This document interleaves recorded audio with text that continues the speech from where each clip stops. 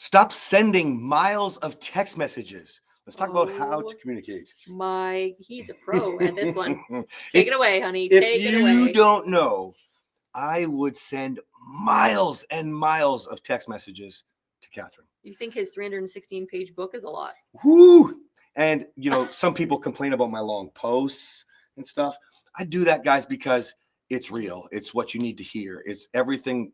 I mean, I cram as much into that. It takes me an hour sometimes to write you a post.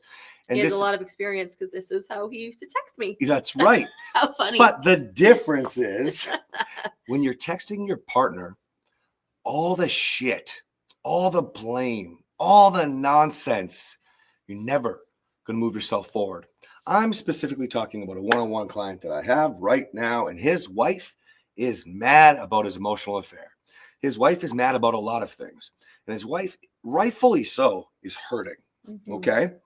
However, she does a lot of talk about his actions aligning with his words and sends miles of text messages of hate and you owe me, but says, I want to be married with you still.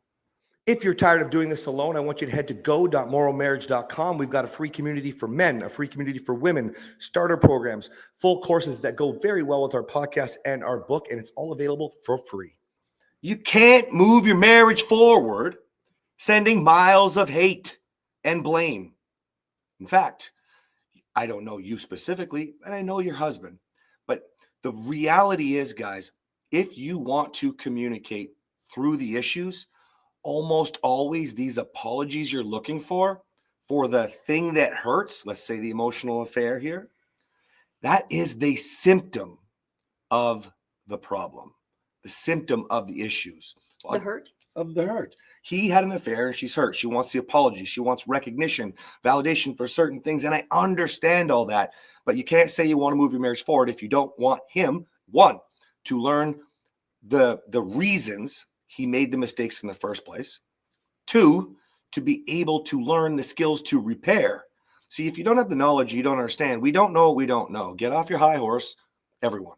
You don't know what you don't know. I don't care what you think everybody should know. That's not fucking fact. Okay?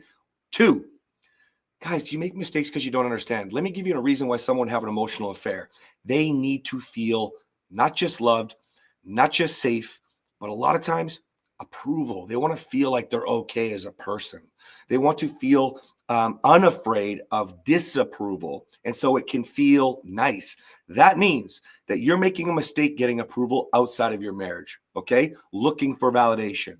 But you also shouldn't do that in your marriage. And that mistake was made and not corrected for years, okay? Let's use an easy example. What do you want for dinner? Oh, man, I don't know. I don't want to make it easier on her so we have time for sex later. Okay, how about spaghetti, right? Okay, that's looking for approval or fear of disapproval. And so the mistake was not corrected because you didn't know as the man. And then the woman didn't really understand and started all these things happening. She's looking down on him. He feels like shit. Now we're not having sex and boom, the emotional affair happens. That means there are things that you could do, in this case, the woman, that could have been there. Kathryn would lift me up every day if she could, all day. She's busy, but she makes a damn good effort whenever she has a moment. Oh, thanks, baby. Wouldn't you say? Yeah. Can I take a pause and address something? Yeah. Is this how men think? What can we have for dinner? I want something that's quick so that we have time for sex later. Is that real? Yeah, it's totally real. It's part of the whole nice guy. It's part of the whole covert contract. If I give to get, I'll get what I want because I gave, right? And it's just so common. I'm going to remember that next time you ask for spaghetti. like never. You never ask for spaghetti. That's because I got the noodle over here. I'm not exactly a chef, ladies and gentlemen. Also, it's probably why he doesn't ask for spaghetti. All right, we digress. So this is really important to understand this because typically when you're sending these kinds of messages, okay, this is the same thing when you're speaking and you're trying to have a conversation. The same person is asking for, by the way, she has this system. I know this is not correct. This is how I would feel heard, validated, etc. And she gave us a little bit of a 4-point or 5, I think it was 5-point system. And I was on the phone with my client. I was like, this is great. This is Kathryn's half wrap. We'll address all of this right there. Mm-hmm. Okay. And so Kathryn's one of Kathryn's tools that she's developed here that she pushes and teaches is great. This means that she can feel heard. She can feel seen. And the problem again, though, is we're going to go right into the affair and not address the issues. There's a lot of other issues that need to be addressed that are more important, because the affair, if you want to be together, the affair doesn't matter. You want to make sure the affair will never fucking happen again. Mm-hmm. Okay. And so what The is affair it is the that symptom of all of the.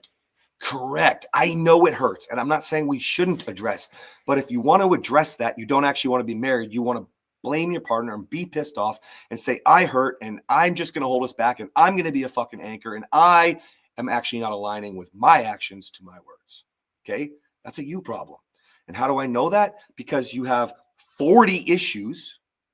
I didn't see the list, but I heard it was about 40 issues that you want to address. I didn't hear the list. I don't need to hear the list, because I know from what we're dealing with that you are holding your marriage back, because this man's in a program and actually working, trying to learn. Okay. So if your partner is trying to learn the why they made the mistakes, fucking lift them up, support them. Here's one for you. Have a little gratitude.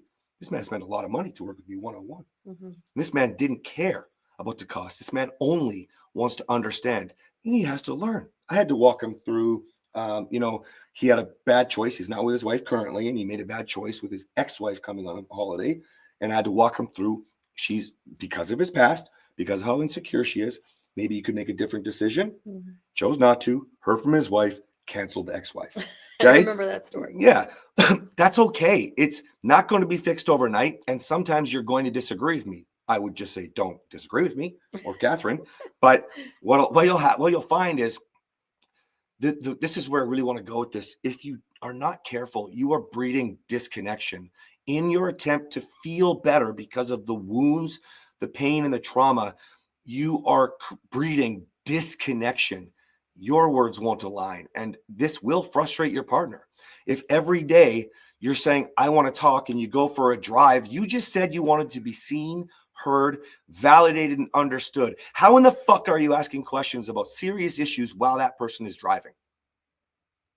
Are you not distracted when you drive? Yes. If you're checking book long text messages. Yes. If you say, even if you don't read it, you're distracted by getting a text message like that. Well, this is when they're actually driving. Together. Right. Yes. There's a whole bunch of problems, say it with somebody who wants to move forward, who does not want to move forward, in my opinion. Okay.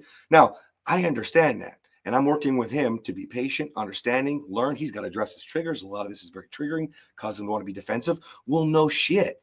You spend a lot of money, spending a lot of time. He's working as fast as he can. And in between, I have to keep reminding him to say something like I teach guys all the time.